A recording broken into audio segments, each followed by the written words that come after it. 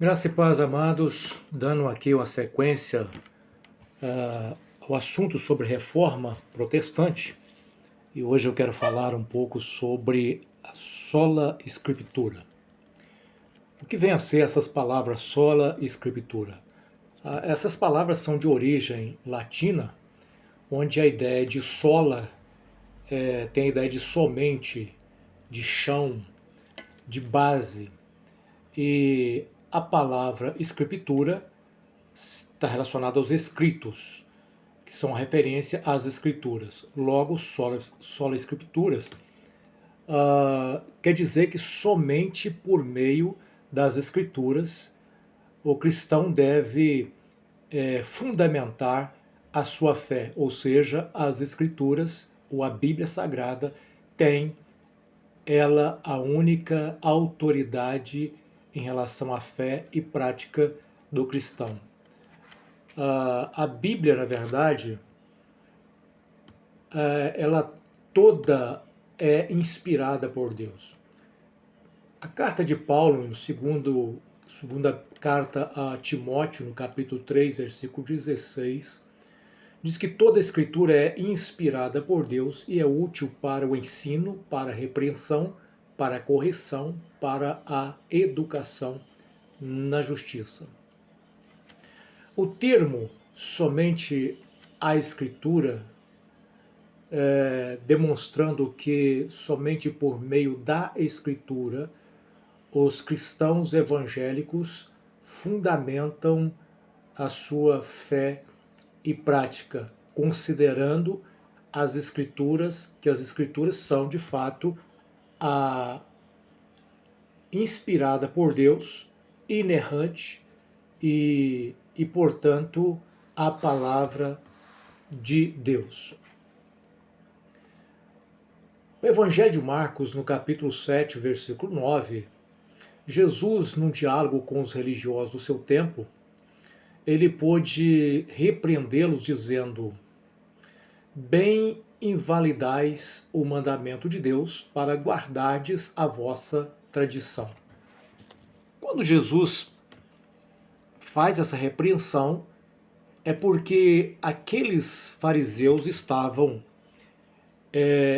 dando mais valor ao que era a tradição do que ao próprio mandamento de Deus. A palavra de Deus em Salmo, no 119, versículo 105, diz que lâmpada para os meus pés é a tua palavra e luz para o meu caminho. Portanto, sola escritura para o cristão é entender que somente a Bíblia, a palavra de Deus, é a verdadeira luz que guia o caminho do cristão. Jesus, em outra ocasião, no Evangelho de Lucas, no capítulo 10, versículo 26, também num diálogo com os religiosos do seu tempo, ele perguntou: que está escrito na lei e como lês tu? São duas perguntas muito importantes. Jesus, primeiro, ele vai enfatizar a importância do que está escrito. Depois ele vai enfatizar a importância de como se faz a leitura ou a interpretação daquilo que está escrito. A interpretação alegórica da Bíblia, que já foi utilizada muito cedo por uma influência filosófica grega, e alguns pais da igreja, sofrendo essa influência, passaram a interpretar a Bíblia de maneira alegórica, com destaque para Orígenes. Nós já falamos em outras ocasiões a respeito disso e de como que isso é perigoso. Muitas igrejas ainda procuram fazer esse tipo de leitura da Bíblia usando o método alegórico. O grande problema do método alegórico é que você não tem uma fundamentação sólida que a Bíblia, naquilo que está escrito, fundamenta a fé cristã. A interpretação alegórica, ela é um terreno muito fértil, onde as pessoas criativas acabam divagando e distanciando muito daquilo que é a verdade e a vontade real de Deus. Por meio da interpretação alegórica, se cria doutrinas que não foram ensinadas pelos cristãos da igreja dos primeiros séculos, principalmente pelos apóstolos do Senhor Jesus, deixados para colocar e fundamentar as doutrinas básicas da fé cristã, como de fato foram registradas na Bíblia Sagrada. Outra questão importante e de muita importância nesse momento que estamos falando é a chamada tradição, porque só a Escritura ela vai se destacar justamente num combate contra ao valor que a Igreja Católica Romana dava naquele tempo e ainda dá à tradição. E também confrontar a revelação extrabíblica. Também a revelação extrabíblica, que já era problema naqueles dias, continua também sendo problema nos dias atuais e, inclusive, por igrejas que defendem o sola escritura, dando e fundamentando doutrinas baseadas em experiências e revelações extrabíblicas e não baseado naquilo que, de fato, a Bíblia Sagrada nos instrui como doutrina fundamental. Para alguns, a Bíblia não é a única ou o meio seguro para Deus falar. E quando nós falamos, por exemplo, com uma pessoa de fé católica, e é lógico que ela vai afirmar que crê que a Bíblia é a palavra de Deus, mas também foi ensinada e doutrinada que, além da Bíblia ser a palavra de Deus, a tradição também é a palavra de Deus. Então, quando um evangélico chega diante de um cristão católico e questiona algumas doutrinas, tais como purgatório, culto às imagens, intercessão dos santos, reza aos mortos, assunção ou mediação de Maria, a Imaculada Conceição, a virgindade perpétua, a canonização dos santos, a extrema-unção, o batismo infantil, o culto de idolia às imagens, a confissão auricular, indulgências, ou a infabilidade papal. E quando o evangélico apresenta essas doutrinas e diz que elas não têm uma base bíblica, como o católico lida com essa questão?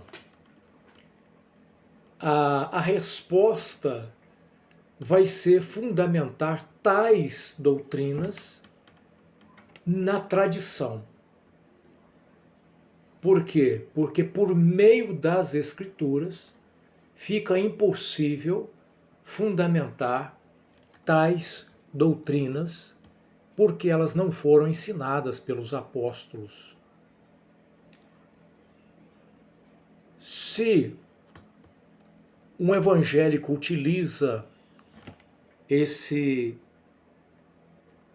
lema da reforma, o sola escritura, um católico geralmente pode questionar, mas aonde está escrito na Bíblia que tudo tem que estar na Bíblia? E quando o católico faz isso, ele faz, em algum momento, por não entender o que é o sola escritura, e ou talvez por uma maldade, para tentar, às vezes, confundir aquele que está utilizando. Por quê? Porque por meio das Escrituras, as doutrinas devem ser fundamentadas, mas não significa que elas devem estar escritas literalmente nas Escrituras. Como, por exemplo, a doutrina da Trindade, a palavra Trindade não aparece nas Escrituras, mas a doutrina é extraída pela Escritura, por um estudo minucioso da Escritura Sagrada. Então, algumas pessoas vão fundamentar os seus ensinos, as suas doutrinas, naquilo que é chamado e considerado de uma interpretação subjetiva, o que eu disse lá no início, como às vezes até mesmo uma interpretação alegórica das Escrituras, ou aquilo que cada um sente ao ler as Escrituras e quer às vezes fundamentar a doutrina baseado numa experiência subjetiva.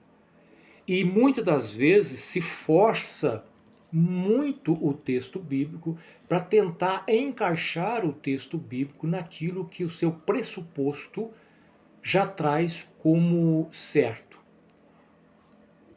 E fundamenta-se nessa experiência subjetiva as doutrinas que não estão contidas e não podem ser sustentadas à luz das Escrituras.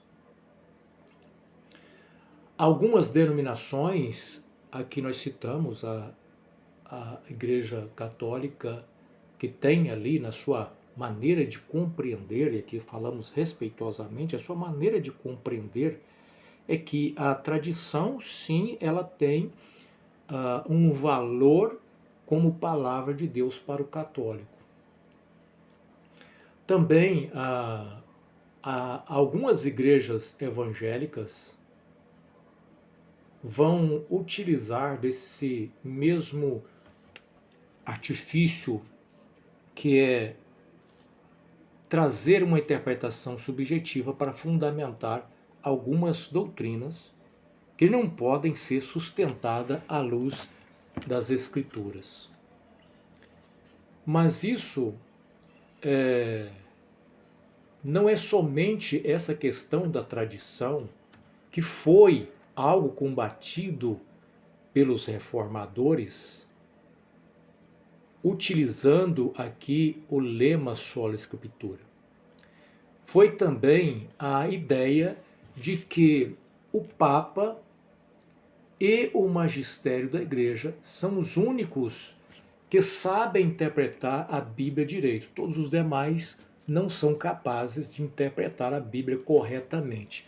Assim, todos os súditos ou todos aqueles que estão ligados à comunidade católica são obrigados a submeter a sua compreensão à luz daquilo que o magistério da Igreja diz que é, baseado numa interpretação do Papa, que é à luz da teologia católica infalível, mas à luz da história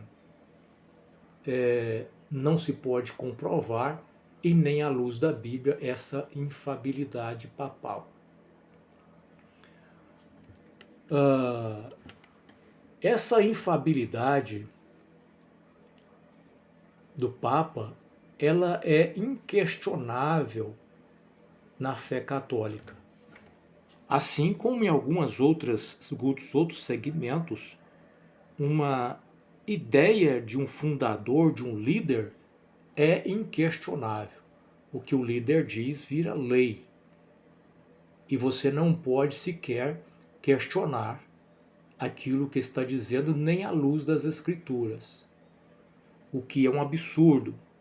E nós precisamos hoje, como cristãos evangélicos, trazer de volta a ideia do sola escritura, se nós quisermos ajustar no meio cristão algumas coisas que estão saindo do controle por causa de liderança, de autoritarismo de liderança que não tem compromisso com a palavra de Deus.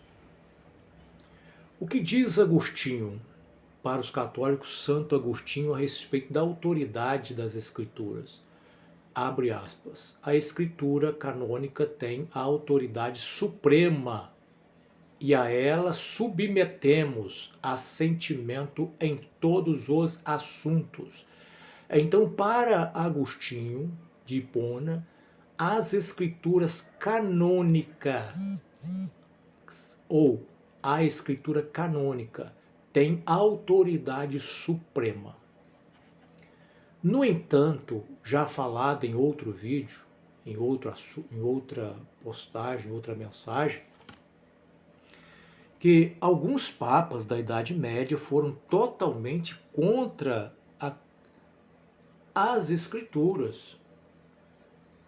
Pio IX, por exemplo, definia, né, que a Igreja, que a leitura da Bíblia era considerado um veneno. Então, para Pio IX, a leitura da Bíblia era considerado um veneno. A propagação da Bíblia era considerado uma peste. Então veja como que há essa discordância gritante entre o rumo que tomou a Igreja na Idade Média e a ideia dos pais da Igreja a respeito da Bíblia Sagrada. E como os evangélicos compreenderam a Bíblia Sagrada nesse contexto? Se nós lançarmos mão do que diz a Confissão de Fé de Westminster, nós vamos encontrar todo, abre aspas, todo o conselho de Deus concernente a todas as coisas necessárias para a glória dele, para a salvação, fé e vida do homem, ou expressamente declarado na Escritura, ou pode ser reduzido dela.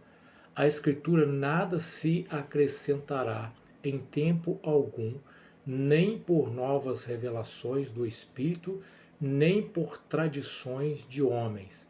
Então, veja bem que na Confissão de Fé de Westminster ficou afirmado que nada se pode acrescentar às Escrituras ou diminuir dela, nem por meio de novas revelações do Espírito e nem por tradições de homens.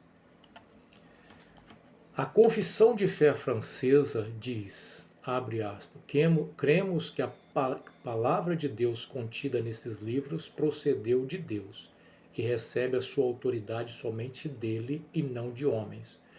E quando ela for regra de toda a verdade, enquanto ela for regra de toda a verdade, contendo tudo o que é necessário para o serviço de Deus e para a nossa salvação, não é lícito para os homens, nem para mesmo para os anjos, acrescentar a ela, ou suprimir dela, ou mudá-la. Por conseguinte, segue-se que nenhuma autoridade, seja de antiguidade, ou costume, ou números, ou sabedoria humana, ou julgamento, ou proclamações, ou decreto, ou concílios, ou visões, ou milagres, possam contrapor-se a esta Escritura Sagrada. Mas, por outro lado, todas as coisas devem ser examinadas, reguladas e reformadas de acordo com elas. Então, olha que coisa interessante. A Confissão de Fé francesa, trazendo a autoridade das Escrituras e a submissão de todas as coisas à regra da autoridade das Escrituras. A Bíblia Sagrada, portanto, ela é a autoridade máxima do cristão em matéria de fé e doutrina. Todas as demais fontes só podem ser validadas se forem confirmadas pelo ensino da Bíblia. Assim, deve seguir a Igreja Evangélica. A Igreja Evangélica, fruto da Reforma Protestante, deve seguir nesse rumo, nesse caminho, sem desviar dele. Mas, para os católicos, a Bíblia não é a única regra de fé, como já foi dito. Ele divide essa questão com a tradição, que também é considerado uma fonte de autoridade em matéria de doutrina, e de onde eles tentam dar fundamento às suas doutrinas não bíblicas.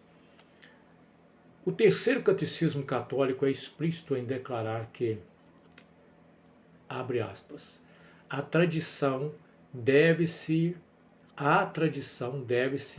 o valor que se dá à palavra de Deus revelada, contida nas Sagradas Escrituras. A tradição é a palavra de Deus não escrita, mas comunicada de viva voz por Jesus Cristo e pelos apóstolos e transmitida inalterada de séculos em séculos até nós, o século XXI. Fecha aspas. Então, até nós, né, fecha aspas, eu falei que o século XXI, mas na verdade assim define, né?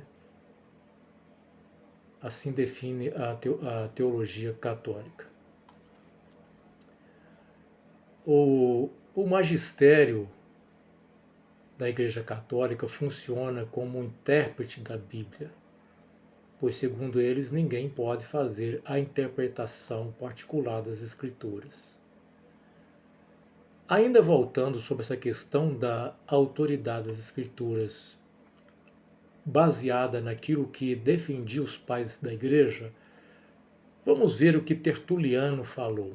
Abre aspas, mostre-nos a escola de Hermógenes, que o que ela ensina está escrito. Se não está escrito, trema em vista do anátema fulminado contra aqueles que acrescentam às Escrituras ou tiram alguma coisa dela. Fecha aspas. Ambrósio de Milão, abre aspas. Quem ousará falar quando a Escritura cala? Nós nada devemos acrescentar à ordem de Deus. Se vós acrescentais ou tirais alguma coisa, sois réus de prevaricação. Fecha aspas.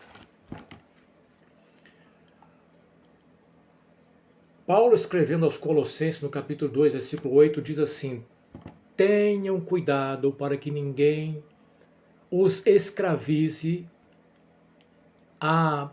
baseado em filosofias vãs e enganosas, que se fundamentam nas tradições humanas e nos princípios elementares do mundo e não em Cristo. Então veja bem, Paulo está advertindo para que o cristão tivesse cuidado para que não fosse aprisionado por filosofias enganosas que tinha como fundamento as tradições humanas, os princípios elementares do mundo e não a fé em Cristo. Hoje nós temos inúmeras igrejas protestantes evangélicas que tiveram origem com a reforma protestante e a partir dela. Toda igreja verdadeiramente genuína, cristã genuína, por mais que haja divergência em algumas questões secundárias, elas têm uma unidade em assuntos que são primários.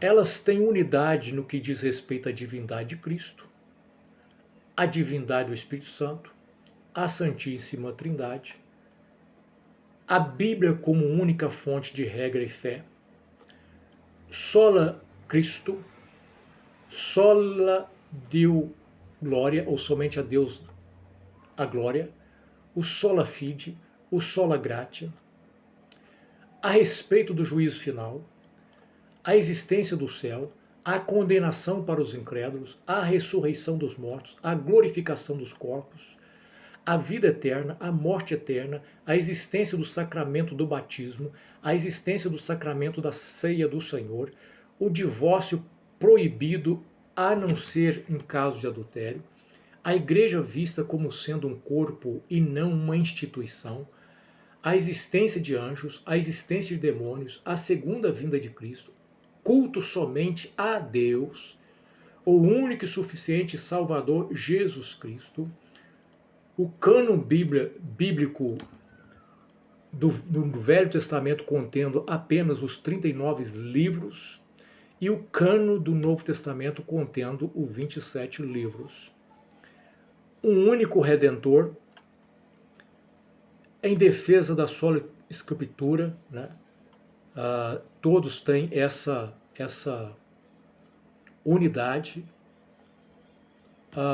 Com relação à única existência terrena, portanto negando a ideia da existência da reencarnação, a unidade com relação ao único mediador entre Deus e os homens, Jesus Cristo, a unidade relacionada à única pessoa digna de toda adoração, Deus, a única pessoa digna de todo louvor, Deus, a salvação obtida pela graça por meio da fé, o Verbo de Deus, Jesus Cristo, se fez verdadeiramente homem, Jesus realmente foi crucificado, morto, ressuscitado e glorificado, a suficiência da Sagrada Escritura para a salvação, o pecado original, a Bíblia como sendo a inspirada e infalível palavra de Deus escrita, a ceia do Senhor ministrada aos fiéis com ambas as espécies pão e vinho, a oblação única de Cristo somente sobre a cruz, a recompensa e galardão futuro para os salvos. Todos esses pontos fundamentais tornam as igrejas protestantes evangélicas unidas, embora divergente em algumas outras questões secundárias. Encerrando aqui, eu quero dizer que Martim Lutero, ele enfatizou a autoridade das Escrituras e a exclusividade dela como fonte de doutrina e fé, e dela, e por meio dela, ele enfrentou duas correntes que ameaçavam a centralidade das Escrituras como a palavra de Deus. A primeira é a questão do papado, que se colocava como autoridade e a própria palavra de Deus submissa àquilo que determinava o Papa. E a ideia da tradição como a voz de Deus não escrita. E a outra questão foi a ideia trazida pelos entusiastas. O que eram os entusiastas? Os entusiastas eram aqueles que defendiam a existência da voz interior para a sua própria interpretação individual das Escrituras, como uma espécie de revelação do que a Bíblia queria dizer. Baseado nessa subjetividade, nessa experiência interior, nessa voz interior, alguns defendiam naquele contexto que não necessitavam da Bíblia escrita. Aliás, para eles a letra matava, e para alguns hoje ainda a letra mata. O que vai definir a vida é a experiência da voz interior. E por meio dessa experiência se fundamenta as suas crenças. Então a Bíblia deixa de ter a sua centralidade no meio de tais grupos. E outro na época de Lutero, houve destaque ali para um profeta, né? Um profeta que chegou a dizer que ele tinha recebido revelações diretas do Espírito Santo. Thomas Mützer, ele chegou a dizer que tinha recebido revelações diretas do Espírito Santo. Esses grupos acabaram levando um grupo a um fanatismo religioso que acabou distorcendo alguns pontos fundamentais da fé cristã, o que acontece hoje nos dias atuais.